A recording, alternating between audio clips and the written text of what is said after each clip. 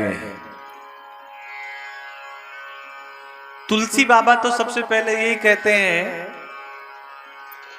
बड़े भाग मानुष तन पावा,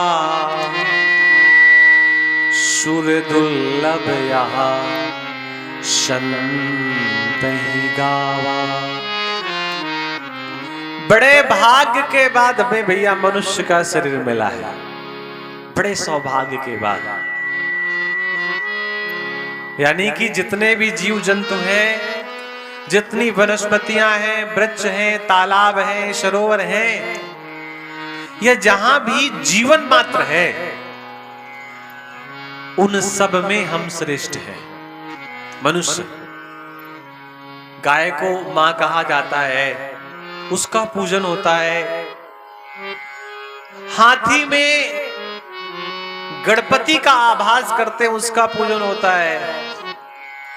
और प्रत्येक बंदर में हनुमान जी महाराज की प्रतिमा को देख करके पूजन करते हैं। कई कई तो भक्त ऐसे हैं जो गधे और कुत्ते में भी परमात्मा को देखते हैं। सूअर में भी भगवान के सूकर अवतार का चिंतन करते हैं। यहां पर भगवान का अवतार मानते हैं और है भी। और उन सबसे जो श्रेष्ठ बताया गया, उनको मनुष्य कहते हैं। हम लोग यानी कि हम सब लोग बड़े भाग मानुष तन पावा। बड़े भाग्य के बाद ये मनुष्य का तन हमें प्राप्त हुआ है। और ये हम नहीं कह रहे, सुर दुर्लभ, देवताओं के लिए भी बहुत दुर्लभ है।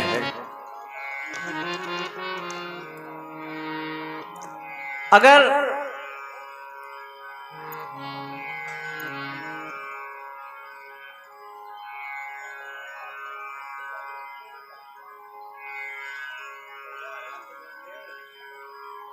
इतना श्रेष्ठ बताया गया,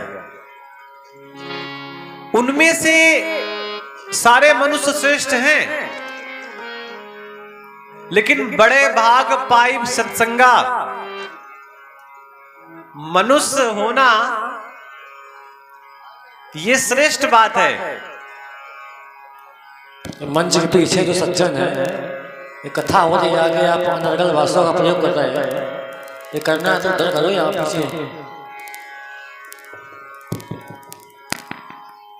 बड़े भाग मानुष तन पाया और बड़े भाग पाइब सत्संगा। मन में ये भाव आता होगा कई बार कि ये चीजें तो रोज सुनते रहते हैं, लेकिन आप समझने का प्रयास करिए कि बड़े भाग्य के बाद मनुष्य का शरीर मिला और उसमें भी बड़े भाग्य के बाद सत्संग मिला। ऐसे कई लोग होते हैं जो कहते हैं, भैया जब हम घर से निकलते थे तो हमारे द्वार के चौराहे पे सुबह ही लोग पता नहीं किस अवस्था में पड़े मिलते थे, हमें तो संभलने का मौका ही नहीं मिला, हमें तो सज्जन लोगों के निकट बैठने का मौका ही नहीं मिला, क्योंकि वो उनके भाग्य से दूर की चीजें थी। अगर भाग्य उनका श्रेष्ठ होता तो निश्चित भी उन्हें सत्संग का मतलब केवल कथा भागवत से नहीं है, सत्संग का मतलब केवल पूजन पाठ से नहीं है, सत्संग का मतलब केवल माथे में तिलक लगाने से नहीं है। संग का मतलब होता है साथ, और सत्य का मतलब श्रेष्ठता का साथ। भाई माता पिता अपने बच्चों से यही तो कहते हैं, उनका संग करो, वो अच्छे बच्चे हैं। इसका मतलब ये नहीं कि वो भक्त हैं या वो पूजन पाठ करते हैं, मतलब कि वो श्रेष्ठ लोग हैं, सज्जन लोग हैं। बड़े भाग पाइब सत्संगा। इसमें भी दो प्रकार के लोग होते हैं। एक वो होते हैं जो अपने कदमों के माध्यम से सत्संग में जाते हैं, समझिएगा नवीन भैया। एक तो वो लोग हैं जो स्वयं चल के भगवान के मंदिर जाते हैं, सत्संग जाते हैं, कथा में जाते हैं। एक वो लोग हैं, वो भी बहुत भाग्यशाली बताए गए। लेकिन एक लोग वो भी हैं जो भगवान के मंदिर नहीं जाते, भगवान उनका दर्शन करने के लिए आते हैं या भगवान उनको दर्शन देने के लिए आते हैं। अब हम कौन से भक्त हैं ये हम पे निर्भर करता है। हम सत्संगी वाले भक्त हैं या हम भगवान के द्वार जाते हैं वो वाले भक्त हैं, या हम वो भक्त हैं कि भगवान अपने कार्यों को छोड़ करके हमें दर्शन देने के लिए आते हैं।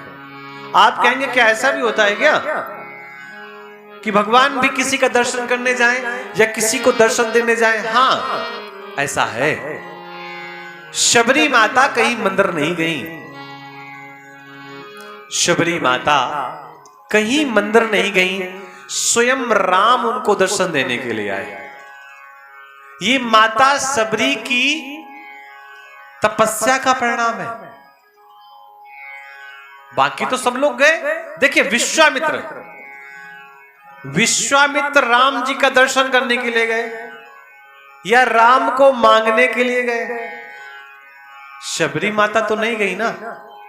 ये फर्क है विश्वामित्र और माता शबरी की भक्ति में। एक संत महात्मा उच्च कोटि का, इतना उच्च कोटि का महात्मा कि जिसने नया स्वर्ग बनाने की कल्पना की। त्रिशंकु नाम के राजा को स्वर्ग में भेजा जीवित अवस्था में। वो एक अलग बात है कि सफल नहीं हुए, लेकिन प्रयास तो किया।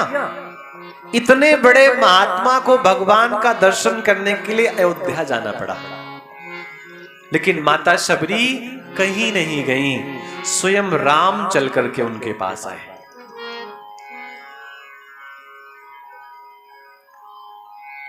कुब्जा जो मथुरा में सेविका थी कंस की, नित्य चंदन घिसती थी भगवान के नाम का,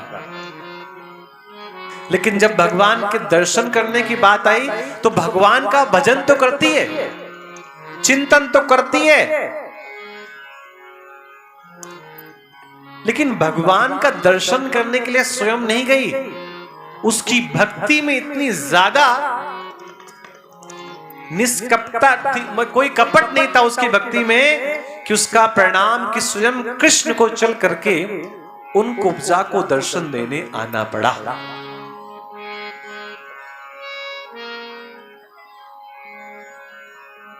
अहिल्या माता जो अपने पति गौतम के श्राप के कारण पत्थर की शिला बन गई, वो भी कहीं गई नहीं, राम जी को उन्हें दर्शन देने आना पड़ा। भैया ये भक्ति की महिमा और भक्ति का प्रभाव है। और आप लोग ही बड़े श्रेष्ठ भक्त हैं कि लोग कथा सुनने के लिए चित्रकूट जाते हैं, नैमिषारण्य जाते हैं, मथुरा वृंदावन जाते हैं, अयोध्या ऋषिकेश बनारस जाते हैं। और आप सब लोग इतने श्रेष्ठ भाग्यशाली लोग हैं कि प्रत्येक वर्ष इसी माघ के महीने में आपको अपने ही ग्राम में कथा सुनने का सौभाग्य प्राप्त होता है। ये भैया आपके भाग्य की बात है। किसी को अगर आप एक लोटा जल पिलाएंगे, चौहान साहब समझिएगा, तो जल व्यक्ति के शरीर में 24 घंटे रहेगा, उसके बाद वो दूसरा जल या हट जाएगा। किसी व्यक्ति को भोजन कराएंगे तो शरीर में भोजन 3 दिन तक रहेगा।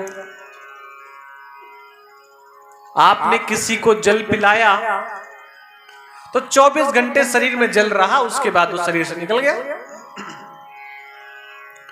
वहीं पर आपने किसी को भोजन कराया तो भोजन कराने का परिणाम क्या हुआ, उसका फायदा क्या हुआ कि व्यक्ति के शरीर में 3 दिन तक भोजन रहेगा।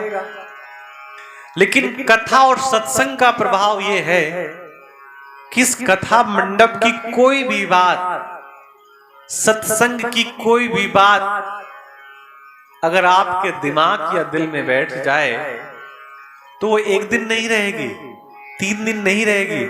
जब तक आपका दिमाग रहेगा जब तक आपके पास सोचने की क्षमता रहेगी, समझने की क्षमता रहेगी, तब तक वो बात आपके दिमाग पे बैठी रहेगी। ये भोजन, पानी और सत्संग का प्रभाव है कि जल तो आपके शरीर पे 1 दिन रहेगा, भोजन 3 दिन रहेगा, लेकिन सत्संग के माध्यम से कोई शब्द आपके कर्णपुटों पर पहुंच जाए तो भैया जीवन भर बने रहेंगे। तो ऐसा सत्संग का प्रभाव है। सच्चिदानंद रूपाय विश्वोत्पत्त्यादि हेतवे तापत्रय विनाशाय श्री कृष्णाय वयम् नमः। हमारे साथ बोलिए, श्री कृष्णाय वयम् नमः। इसका मतलब है हम सब लोग भगवान श्री कृष्ण को प्रणाम करते हैं, उनको ससम्मान मस्तक झुकाते हैं। सच्चिदानंद रूपाय, भगवान के बारे में क्या कहा गया कि भगवान का रूप कैसा है? सत्य। भगवान का रूप हमेशा हृदय में आनंद बिखेरने वाला है। भगवान का रूप हमेशा हृदय में अपना प्रेम वात्सल्य प्रकट करने वाला है, सच्चिदानंद रूपाय। और भगवान का रूप कैसा है?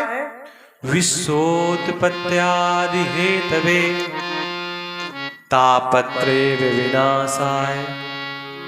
3 प्रकार के शरीर में ताप होते हैं, आदि दैविक, आदि भौतिक, आध्यात्मिक। 3 प्रकार के ताप कौन से होते हैं?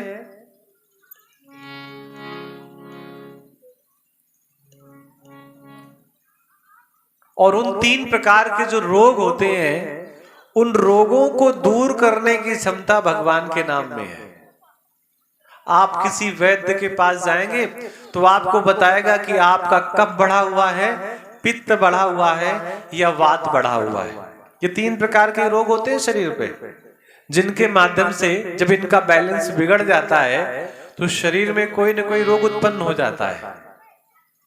तो रोग हो, भौतिक रोग हो, आध्यात्मिक रोग हो या सांसारिक रोग हो, भगवान का नाम जप करने का परिणाम ये होता है कि वो तीनों प्रकार के रोग अपने आप शरीर से दूर हो जाते हैं। बोलिए सच्चिदानंद भगवान की। यम प्रवजन्त मनुपेतम प्रेत कृत्यम द्वैपायनो विरह कातर आजुहावा पुत्रेति तन्मयता तरवोभिनेदो इस्तम सर्वभूत हृदम मुनिमानतोस्मि। दूसरे श्लोक में उनका चिंतन किया गया जिन्होंने धरती पर सबसे पहले भगवत कथा श्रवण कराई परीक्षित को। किनकी बात हुई? सुखदेव मुनि की। सुखदेव मुनि के बारे में ऐसा कहा गया कि जब सुखदेव भगवान का प्राकट हुआ, जन्म हुआ, तो सुखदेव भगवान बिना किसी देरी के उन्होंने अपने माता के गर्भ से जब उनका प्राकट हुआ, जन्म हुआ, तो बिना नाल छेदन संस्कार के ही वो जंगल की ओर चल पड़े। पहली चीज तो 12 वर्ष की अवस्था के बाद उन्होंने, उनका जन्म हुआ, 12 वर्ष तक अपनी मां के गर्भ में रहे, उदर में रहे, और उसके बाद उदर से बाहर आए तो बिना किसी इंतजार किए हुए वो तत्काल जंगल की यात्रा पे चल पड़े। जब जंगल की ओर सुखदेव भगवान चल रहे थे, जा रहे थे, तो रास्ते में अप्सराएं नृत्य कर रही, अप्सराएं स्नान कर रही थी नदी के सरोवर में। उन अप्सराओं ने जब सुखदेव भगवान को देखा, उनके दिव्य स्वरूप को देखा, उनके तेज को देखा, तो वो भूल गई अपने शरीर को, अपने रूप को, और सुखदेव भगवान के पीछे दौड़ पड़ी। जैसे गांव में हाथी आ जाए तो बच्चे पीछे पीछे दौड़ पड़ते हैं। बच्चे भूल जाते हैं कि वो हाथी हमें पूंछ भी मार सकता है, पैर भी मार सकता है और चोट भी पहुंचा सकता है, लेकिन फिर भी पीछे पीछे घूमते रहते। लोग मना करते फिर भी बच्चे नहीं मानते। ठीक उसी प्रकार सुखदेव भगवान जब आगे इस प्रकार जा रहे थे यात्रा में, तो उन अप्सराओं ने सुखदेव भगवान का पीछा किया। जब वो स्नान कर रही थी तो जैसी अवस्था में स्नान कर रही थी, उसी अवस्था में वो बाहर निकल करके आ गई। और सुखदेव भगवान जब जंगल की ओर जा रहे थे, तो पीछे से सुखदेव भगवान के जो पिताजी थे व्यास जी, वो पुत्र के स्नेह के कारण पुत्र के पीछे पीछे दौड़े और हे पुत्र इस प्रकार की आवाज लगाई।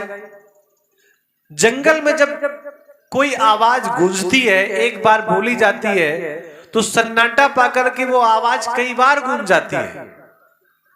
हे पुत्र इस प्रकार का जब नाद हुआ, इस प्रकार की आवाज हुई, तो सन्नाटे में खड़े पेड़ पौधों ने भी पलट करके आवाज दी, हे पुत्र।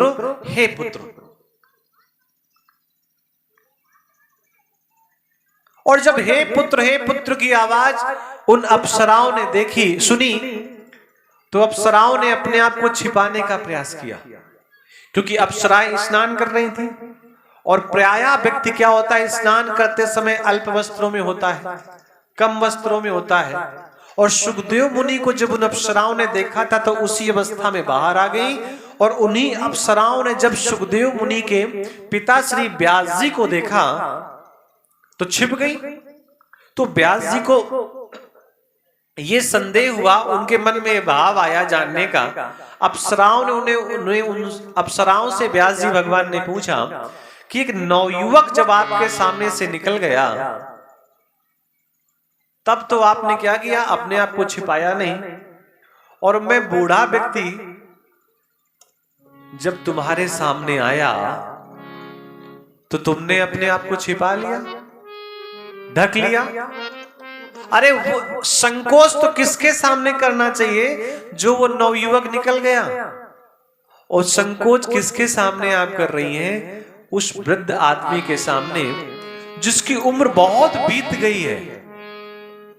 पता है उन अप्सराओं ने क्या कहा? उन अप्सराओं ने कहा, मुनिवर, जो वो चला गया उसको तो ये पता ही नहीं कि कौन जवान, कौन वृद्ध, कौन बालक, कौन बूढ़ा।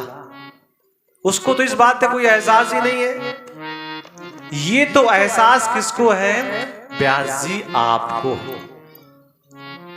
तो कहने का तात्पर्य है, उतना दिव्य व्यक्ति जिसको ये एहसास ही नहीं है कि कौन पुरुष है, कौन स्त्री है, कौन बालक है, कौन बालिका है, ऐसे पुरुष को श्रीमद् भागवत कथा के 2 श्लोक में प्रणाम करने की बात कही गई। नैमिषे सूतमासीनम भिवाद्यम महामतिम कथामृत रसास्वादा कुशलः सौनको ब्रवीत्। अज्ञान ध्वांत विध्वंस कोटि शूर सम प्रभा सूताख्यायी कथा सारम मम कर्ण रसायनम। कथा के बारे में क्या कहा है सौनक जी ने सूत जी महाराज से। सौनक जी सूत जी महाराज, सौनक जी कहते हैं सूत जी महाराज से कि गुरुदेव, कोई ऐसी कथा सुनाइए जो कानों के माध्यम से धीरे से हृदय में प्रवेश कर जाए। देखिए कथा कैसी होती है, शब्द रूपी, और शब्द प्रवेश कहां से करता है? कर्णपुटों से, और प्रवेश करने के बाद जाता कहां है? हृदय में। तो वही सौनक जी महाराज सूत जी से कहते हैं कि गुरुदेव, कोई ऐसी कथा सुनाइए जो कानों के माध्यम से हृदय में पहुंच जाए, और केवल हृदय में पहुंचे नहीं, कोटि सूर्य समप्रभा। उस कथा का प्रकाश कैसा हो, जैसे करोड़ों करोड़ों सूर्य एक साथ प्रकट हो गए हो। समझने का प्रयास करिएगा। जब एक सूर्य अकेला प्रकट होता है, जब एक सूर्य निकलता है तो पूरी धरा का अंधकार दूर हो जाता है। ठीक उसी प्रकार अगर करोड़ों करोड़ों सूर्य हृदय में प्रकट हो जाएं, तो हृदय का भी तो अंधकार दूर हो सकता है ना। तो इसीलिए वो सौनक जी कह रहे हैं सूत जी से कि गुरुदेव, कोई ऐसी कथा सुनाइए जो करोड़ों सूर्यों को प्रकाशित करती हो, इतना उसमें तेज हो कि उसका प्रकाश करोड़ों सूर्यों के समान हो, और वो क्या करे? मम कर्ण रसायन, कानों में रसायन के माध्यम से पहुंचे, लिक्विड के माध्यम से पहुंचे, द्रव्य के माध्यम से पहुंचे, और वो कानों के माध्यम से सरकती हुई हृदय में पहुंच जाए, और वहां पर क्या करे? अज्ञान ध्वांत विध्वंस, वहां पर एक प्रकार का विस्फोटक करे। कहां? हृदय में। और उस विस्फोटक का परिणाम क्या होगा? कि हमारे हृदय का जो अंधकार है वो दूर हो जाएगा। ऐसी कथा सुनाने के लिए सौनक जी ने सूत जी से निवेदन किया। हम लोग कथा में बढ़ते रहेंगे, संगीत का भी थोड़ा थोड़ा आनंद लेते रहेंगे, क्योंकि हमारे वाद्य यंत्र वाले भैया लोग भी सोच रहे होंगे कि पंडित जी कथा पे ही केवल बैठे हुए हैं, हम लोगों का उपयोग कब करेंगे। बोलिए वृंदावन बिहारी की।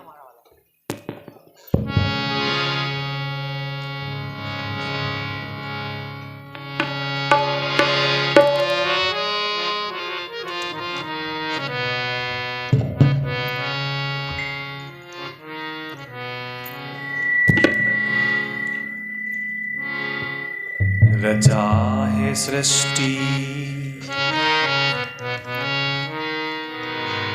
रचा है सृष्टि को जिस प्रभु ने,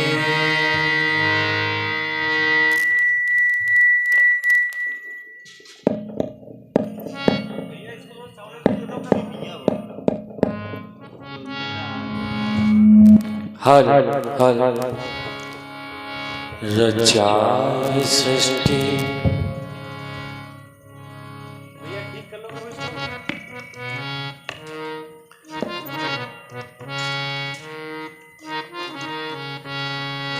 रचा है सृष्टि को जिस प्रभु ने, वही ये सृष्टि चला रहे।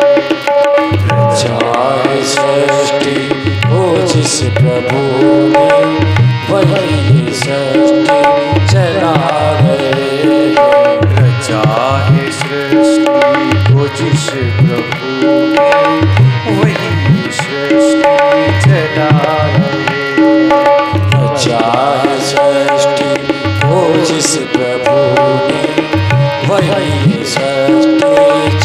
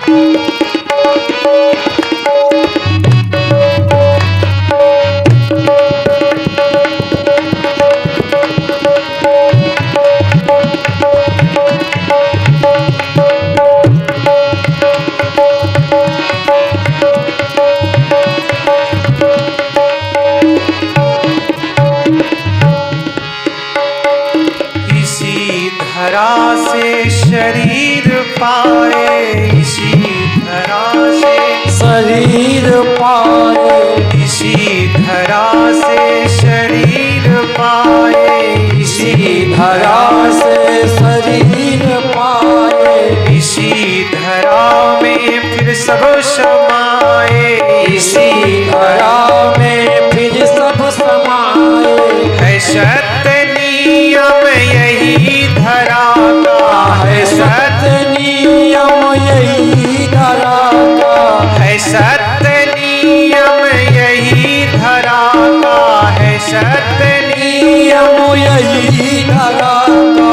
एक आ रहे हैं एक जा रहे हैं, रचा चाहे सृष्टि को जिस प्रभु ने वही सृष्टि चला रहे हैं। चाहे सृष्टि को जिस प्रभु ने वही सृष्टि चला रहे हैं। जो पेड़ हमने लगाया पहले, जो पेड़ हमने लगाया पहले, उसी का फल हम अब पा रहे हैं। चाहे सृष्टि को जिस प्रभु ने वही सृष्टि चला रहे हैं। चाहे सृष्टि को जिस प्रभु ने वही सृष्टि चला रहे हैं।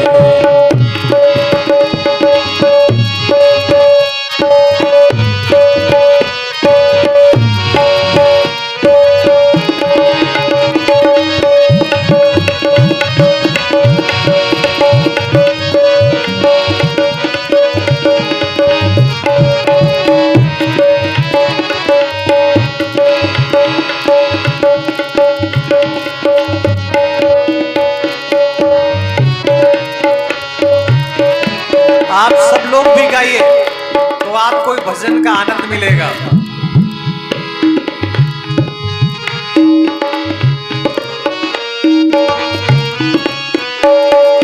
जिन्होंने भेजा जगत में जाना, जिन्होंने भेजा जगत में जाना, जिन्होंने भेजा जगत में जाना, जिन्होंने भेजा जगत में जाना, तय कर दिया लौट के फिर आना, तय कर दिया लौट के फिर से आना। जो भेजने वाले हैं जहाँ पे, जो भेजने वाले हैं जहाँ पे, वही फिर वापस बुला रहे हैं। रचा है सृष्टि को जिस प्रभु ने, वही ये सृष्टि चला रहे हैं। रचा है सृष्टि को जिस प्रभु ने वही ये सृष्टि चला रहे हैं। रचा है सृष्टि को जिस प्रभु ने वही ये सृष्टि चला रहे हैं। जो पेड़ हमने लगाया पहले, जो पेड़ हमने लगाया पहले, उसी का फल हम अब पा रहे हैं। चाहे सृष्टि को जिस प्रभु ने वही सृष्टि चला रहे हैं। चाहे सृष्टि को जिस प्रभु ने वही सृष्टि चला रहे हैं। बैठे हैं जो धान की बालियों में, बैठे हैं जो धान की बालियों में, बैठे हैं जो धान की बालियों में, बैठे हैं जो धान की बालियों में, समाए मेहंदी की लालियों में, समाए मेहंदी की लालियों में, हर डाल हर पत्ते में समा कर हर डाल हर पत्ते में समा कर, हर पत्ते में समा कर, फूल रंग बिरंगे खिला रहे हैं। रचा है सृष्टि को जिस प्रभु ने, वही सृष्टि चला रहे हैं। रचा है सृष्टि को जिस प्रभु ने वही ये सृष्टि चलाए। रचा है सृष्टि को जिस प्रभु ने वही ये सृष्टि चलाए। जो पेड़ हमने लगाया पहले, जो पेड़ जो पेड़ हमने लगाया पहले, उसी का फल हम पाए। चाहे सृष्टि हो जिस प्रभु ने वही सृष्टि चलाए।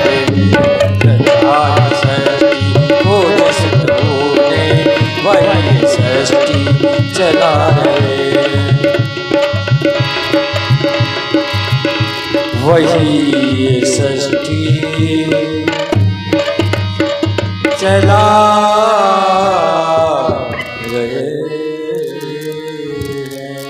जो पेड़ हमने लगाए पहले, उसी का फल अब हम पा रहे हैं। रचा है सृष्टि को जिस प्रभु ने वही ये सृष्टि चला रहे। इहि घोरे कलो प्रायो जीवस्या सुरतां गतः। क्लेशाक्रान्तस्य तस्यैव शोधने किं परायणम्। भैया कलयुग में व्यक्ति के पास समय कम है और तमाम प्रकार की व्यस्तताएं हैं, और उन व्यस्तताओं में भी समय निकाल करके व्यक्ति भगवान का भजन करे, ये भैया बहुत कठिन बात है, बहुत असंभव जैसी बात है। बहुत कम हो पाता है। कितनी व्यस्तताओं के बाद भी व्यक्ति पूजन पाठ के लिए समय निकाल ले। कई बार किसी से कहो तो कह देता है धन का सहयोग हमसे ले लीजिए महाराज जी, धन हम दे देंगे आपको, लेकिन आप हमसे कहें कि वहां समय दें, वहां बैठें, वहां की व्यवस्थाओं को देखें, कार्यक्रम को ऑर्गेनाइज करें, ये संभव नहीं है। हम आपको पैसे दे सकते, लेकिन हमको, हमारे शरीर को मत मांगिए। तो उसी बात को शास्त्र कहता है कि भैया कलयुग में ये कैसे हो पाएगा, भगवान की भक्ति कैसे हो पाएगी, भगवान का भजन कैसे हो पाएगा, क्या करना चाहिए, कैसे संभव है। कोई एक ऐसा आसान सा साधन बताइए जिस साधन के माध्यम से हम भगवान के चरणों के सेवक बन जाएं, उनके दास बन जाएं, उनके निकट बैठें, और भले ही अपने कार्यों में क्यों ना लगे रहें, फिर भी कुछ न कुछ पूजन पाठ भक्ति भाव तो होता रहे। तो हमें क्या करना चाहिए इस घोर कलयुग में? तो इस घोर कलयुग में भैया एक सबसे आसान साधन बताया गया कि भगवान की कथा सुनना, भगवान का कीर्तन करना। अगर व्यक्ति इतना ही करता रहे तो भैया उसके लिए बहुत बड़ी चीज है। जरूरी नहीं है कि प्रातः काल बैठ करके व्यक्ति 2 घंटे भजन करे, 2 घंटे चिंतन करे ना भैया। चलते फिरते भी अगर आप भगवान का नाम ले रहे हैं, गुणगान कर रहे हैं, हरि का ध्यान कर रहे हैं, तो भैया ये भी कम नहीं है तपस्या से। अब भजन और पूजा में कुछ तो अंतर होता है। पूजा व्यक्ति बैठ के करता है और भजन व्यक्ति चलता फिरता करता रहता है। ध्यान में व्यक्ति को फिर आसन लगाना पड़ता है। तो इस घोर कलयुग में, कलिकाल में भैया क्या किया जाए? तो हरेर नाम, हरेर नाम, हरेर नाम केवलम, केवलम हरि का नाम ही पर्याप्त है। हरि का नाम ही सब युग है, सब कुछ है। चिंतामणि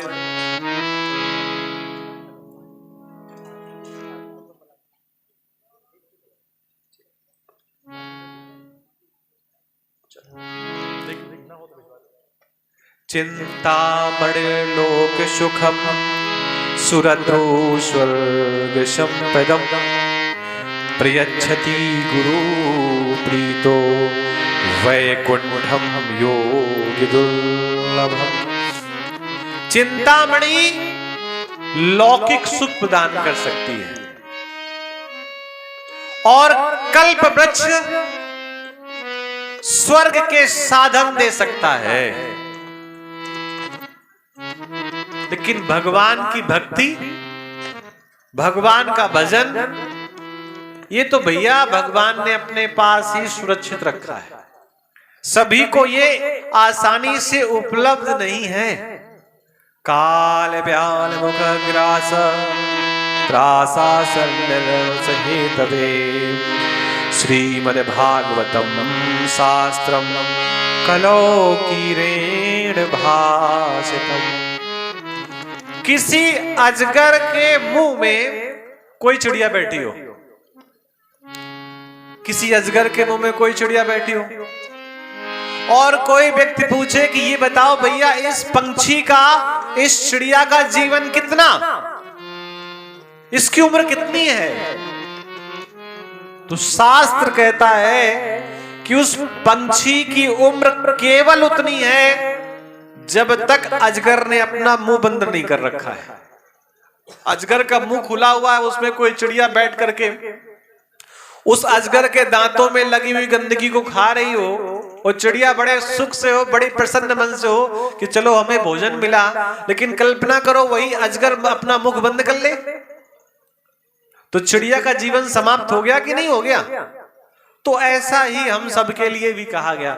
हम आपको कथा श्रवण करा रहे हैं और कल भी श्रवण कराएंगे, आगे भी कराएंगे। कब तक कराएंगे, कब तक नहीं कराएंगे, कब बंद हो जाएगा, कौन कथा सुनाएगा, कौन नहीं, कोई गारंटी नहीं है। प्लान पूरे हैं कि 1 दिन से 7 दिन तक कथा होगी। कल्पना करो भीषण बारिश हो जाए और वो भी ठंडी के मौसम में, सोने में सुहागा वाली स्थिति, ऐसे मौके पे बारिश हो जाए, फिर भैया कथा छोड़िए, टेंट के पास लोग जाएंगे कि भैया गद्दे दे दो 2-4 अपने ऊपर ओढ़ ले। वो भी ऐसे जंगल में जहां चारों तरफ थोड़ी हवा चल जाए। भाई घरों के अंदर तो जो लोग बैठे हैं तो वहां हवा नहीं लगती, लेकिन यहां थोड़ी भी हवा चलने लगे तो सोचिए क्या स्थिति होगी। तो जीवन कितना, कोई भरोसा नहीं है। कौन सी सांस जाए और फिर वापस आएगी कि नहीं आएगी, इस बात की कोई गारंटी है क्या। इसी को कहा गया कि कलयुग में व्यक्ति का जीवन बहुत सीमित होगा, थोड़ा जीवन होगा। तो उस थोड़े जीवन में व्यक्ति कैसे अपने कार्य करे, कैसे भगवान की भक्ति प्राप्त करे, तो उसके लिए आसान साधन बताया गया, केवल भगवान का नाम संकीर्तन। प्रातः काल उठ करके अपने अड़ोसी पड़ोसी से भैया राम राम की कर लो, राधे राधे कर लो, और इतना अगर दिन भर होता रहा तो भी भैया आपका भजन हो जाएगा। और बहुत आसानी से भगवान की भक्ति प्राप्त करनी हो तो उसके लिए श्रीमद् भागवत कथा बताएंगे, इसको श्रवण किया जाए। परीक्षिते कथा वक्तुम सभायाम संसते सुखे सुधा कुंभम गृहीतैव देवस्तत्र समागमः। वैसे तो कथा भागवत में दक्षिणा तय नहीं करनी चाहिए, क्योंकि दक्षिणा तय करते ही आपने कथा का मूल्य अवलोकन कर दिया। आपने कथा वहीं पे उस कथा के महत्व को आपने विश्राम दे दिया। लेकिन अब होता क्या है, कई बार कई लोग जुड़े होते हैं तो उनकी व्यवस्थाओं के लिए कुछ न कुछ तो कहना पड़ता है, नहीं तो अव्यवस्थाएं हो जाए। अब व्यक्ति अगर कह दे कि महाराज जी आप चिंता मत करिए, हाँ हम अपनी श्रद्धा के अनुसार दे देंगे, तो श्रद्धा तो भैया सबसे छोटे सिक्के में आके रुक पाती है, उसके ऊपर श्रद्धा जा ही नहीं पाती है। सबसे छोटा सिक्का हो सकता है न चलने वाला हो, श्रद्धा तो वही अटकती है, क्योंकि जो कागज का होता है वो ऊपर लटका रहता है, जो वजन वाला होता है वो जेब में सबसे नीचे होता है, वही श्रद्धा जाती है। तो कई बार ऐसा कहना पड़ता है, अच्छी बात नहीं होती, लेकिन शास्त्र कहता है कि जब सुखदेव मुनि परीक्षित को कथा श्रवण करा रहे थे, उसी समय परीक्षित के पास देवता लोग आए अमृत का कलश लेकर के। परीक्षित को कथा क्यों श्रवण कराई जा रही थी? क्योंकि उनकी मृत्यु निश्चित हो गई थी कि आज से 7वें दिन आपके प्राण चले जाएंगे। तो प्राण न जाए इसके लिए सुखदेव मुनि उन्हें कथा श्रवण करा रहे हैं। और सुखदेव मुनि तो 7 दिन में उनको कथा श्रवण कराएंगे। लेकिन देवताओं के पास एक आसान सा साधन है, वो है अमृत कलश। इधर आपने कलश का पान किया, जल का अमृत का पान किया, आप अमर हो गए। तो देवता लोग अमृत का कलश लेकर के आए कि परीक्षित के सामने, कि सुखदेव मुनि से कहा कि आप ऐसा करो, परीक्षित को अमृत पिला दो और बदले में इस कथा को हमें पिला दो। ये जो विनिमय की बात हुई, इस बात को सुन करके सुखदेव मुनि हंस पड़े। और सुखदेव मुनि कहते हैं, कथा सुधामं प्रयच्छस्व गृहीते सुधामिमा। परीक्षित कहते हैं, सुखदेव मुनि कहते हैं कि जैसे कांच के टुकड़े और हीरे में समानता नहीं होती, ठीक उसी प्रकार भगवत कथा और अमृत की कोई समानता नहीं है। अमृत को उन्होंने कांच का टुकड़ा बताया और श्रीमद् भगवत कथा को उन्होंने हीरे की कल्पना की। भाई दोनों कांच के जैसे ही होते हैं, दोनों चमकते हैं, लेकिन जो जोहरी होता है उसको पता होता है कि कौन असली कौन नकली, कौन 2 रुपए का है, कौन 2 करोड़ रुपए का है। तो वही बात उन्होंने सुखदेव मुनि ने कह दिया कि आप जो अमृत का कलश लेकर के आए हैं ये कांच के टुकड़े के जैसा है, और जो भगवान की कथा है ये हीरे के जैसी है। तो दोनों की तुलना नहीं हो सकती। श्रीमद् भागवती वार्ता सुराणाम अभी दुर्लभा, ऐसा कहा गया कि श्रीमद् भागवत की जो कथा है वो सुरों के लिए भी दुर्लभ है। सुर का मतलब देवताओं के लिए भी, देवताओं के लिए भी बहुत कठिन है। आप कल्पना करिए, देवताओं को अगर कथा यहां सुननी होगी तो किसी पेड़ का, किसी झंडे का, किसी यज्ञ मंडप का, किसी देव स्थान का सहारा लेना पड़ेगा, तब वो इस भगवत कथा को श्रवण कर पाएंगे। अन्यथा तो उनके पास कोई दूसरा साधन नहीं है। कथा का क्रम कुछ ऐसा है कि एक बार नारद जी भ्रमण करते हुए वृंदावन पहुंचे और उस वृंदावन में एक स्त्री लेटी हुई थी अपने 2 बालकों के साथ। बच्चों का नाम था ज्ञान और वैराग और उस स्त्री का नाम था भक्ति। माँ और बच्चों की उम्र में एक अंतर होता है कि माँ का शरीर जब वृद्धावस्था की ओर पहुंच चुका होता है उस समय बच्चे युवान अवस्था में होते हैं, लेकिन यहां परिस्थितियां दूसरी है। जो माँ है वो युवान अवस्था में है और बच्चे वृद्धावस्था को प्राप्त हैं। तो माँ को बड़ा संकोच है, बड़ी चिंता है। चिंता किस बात की है कि जो स्थिति मेरी होनी चाहिए वो मेरे बच्चों की है। जो स्थिति भक्ति की है वो स्थिति ज्ञान और वैराग की होनी चाहिए। ज्ञान और वैराग को युवान अवस्था में होना चाहिए और भक्ति को वृद्धावस्था में होना चाहिए, क्योंकि वो माँ है। लेकिन स्थितियां उल्टी हैं। नारद जी ने जब देखा इस संयोग को और भक्ति महारानी ने जब नारद जी को देखा तो मन में भाव आया कि संत महात्मा का हमने दर्शन किया है और निश्चित ही ये संत महात्मा हमारे कष्टों को दूर करेंगे। संत महात्माओं को देख करके ऐसा मन में भाव भी आता है कि हमारे कष्ट दूर हो जाएंगे। तो वो क्या कहती है, भो भो साधो क्षणं तिष्ठ मच्चिन्तामपि नाशय दर्शनम तव लोकस्य सर्वथा हरम परम बहुधा तव वाक्येन दुख शान्तिर्भविष्यति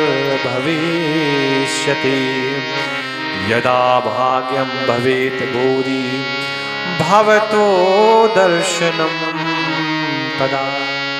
भो भो साधु, अरे साधु, अरे संत पुरुष, अरे महात्मा, कुछ समय के लिए रुक जा, कुछ समय के लिए ठहर जा और हमारे जो कष्ट हैं इनको दूर करने का प्रयास कर। हमारी समस्याओं का समाधान कर। ये कौन कहता है? ये भक्ति महारानी नारद जी से कह रही है। नारद जी आए, नारद जी को लगा ज्ञान और वैराग ऐसी अवस्था में, चलो इन्हें अभी कथा सुनाते हैं। और इन्हें अभी कथा सुनाएंगे, भगवान की कथा सुनाएंगे तो परिणाम में तत्काल ये स्वस्थ हो जाएंगे। गीता का पाठ सुनाया। गीता वो है जो भगवान ने गा करके अर्जुन को सुनाई। गीता भगवान के मुख से निकले हुए शब्दों की संरचना है। उससे भी बड़ा कुछ हो सकता है क्या कि कुरुक्षेत्र के मैदान में भगवान ने अर्जुन को गीता का पाठ पढ़ाया, गीता का ज्ञान दिया। उस गीता के ज्ञान को नारद जी ने भक्ति महारानी के सामने परोसा। लेकिन भक्ति तो पहले से जागृत थी, ज्ञान और वैराग्य जो सुप्त अवस्था में थे, सोए हुए अवस्था में थे, वो जाग गए। वो थोड़ा सा जगे और फिर सो गए। जैसे प्रातः काल मां अपने बच्चों को जगाती तो बच्चे कहते हैं जाग तो रहे हैं, बहुत देर से जाग रहे हैं, लेकिन ऐसा जागना किस काम का कि आप जाग भी रहे हैं, कोई काम भी नहीं हो रहा है। भैया आप 4 बजे जग गए तो फायदा क्या, कोई काम नहीं किया तो थोड़ा तो ज्ञान और वैराग जागते हैं, फिर जाकर के शांत हो जाते हैं। वेद का पाठ सुनाया, थोड़ा सा फिर हिले, फिर सो गए। रामचरितमानस अनेकों ने ग्रंथों को सुनाया, लेकिन ज्ञान और वैराग के हृदय में कोई परिवर्तन नहीं आया। वो थोड़ा तो जगते, फिर सो जाते, फिर जगते, फिर सो जाते। आप ऐसे समझिए कि जैसे हम लोग कथा पंडाल पे बैठे हैं, कथा मंडप पे बैठे हैं, तो भगवान की कथा सुन करके भगवान के प्रति विशेष प्रकार का प्रेम और वात्सल हमारे हृदय पे जाग उठता है। और जैसे ही कथा मंडप से दूर जाएंगे तो फिर वहीं पे अपने अपने सब लिपट जाएंगे। शमशान घाट में जब व्यक्ति जाता है तो बड़ी ऊंची ऊंची बात करता है, अब ये दुनिया बेकार है, यहां पर देख लिया हमने, सब जल करके राख हो जाते हैं। ऐसी कई प्रकार की बातें व्यक्ति शमशान घाट में करता है मुर्दे के सामने। और लेकिन फिर जैसे ही उस शमशान घाट को त्याग करके अपने घर पे आता है तो फिर अपने घर पे रंग जाता है, अपने परिवार पे रम जाता है। यही ज्ञान और वैराग्य का स्वभाव दिखाई दे रहा है। जब तक वो उनको नारद जी कथा सुनाते हैं तब तक तो जागृत अवस्था में, फिर सुप्त अवस्था में पहुंच जाते हैं। नारद जी के मन में विचार आया क्या किया जाए, तो हिमालय की ओर चल पड़े। और जब हिमालय में बद्री आश्रम की ओर जा रहे थे तो उन्हें वहीं पर सुनंदन, सनातन कुमार, ये जो भगवान के 4 प्रथम अवतार हैं, इनके दर्शन हुए। ये मिले, इन्होंने नारद जी के चेहरे पे पसीना देखा, माथे में सिलवटें देखी, चेहरा थोड़ा मुरझाया हुआ देखा। तो सनत कुमारों ने पूछा कि गुरुदेव आखिर आप इतने चिंतित क्यों हैं, इतने व्यथित क्यों हैं, आपके मन की चिंता का कारण क्या है? तब नारद जी ने अपनी पूरी बात बताई। सनत कुमारों ने कहा आपकी चिंता दूर हो सकती है, बस क्या करना पड़ेगा, आपको श्रीमद् भागवत कथा का पाठ श्रवण कराना पड़ेगा। किसको? भक्ति, ज्ञान और वैराग्य को। नारद जी ने कहा हमने वेद का पाठ सुनाया और ये भगवत कथा तो वेदों से निकली है, लेकिन फिर भी उन्होंने श्रीमद् भागवत कथा का विशेष महत्व बताया और कहा कि जो इसको श्रवण करता है वो किसी भी स्थिति में हो, कलयुग में हो या कहीं भी किसी भी समय में हो, तत्काल उसकी कामनाओं की पूर्ति होती है और सब प्रकार से उसका कल्याण होता है। बोलिए वृंदावन बिहारी लाल की। जैसा कि आज पता है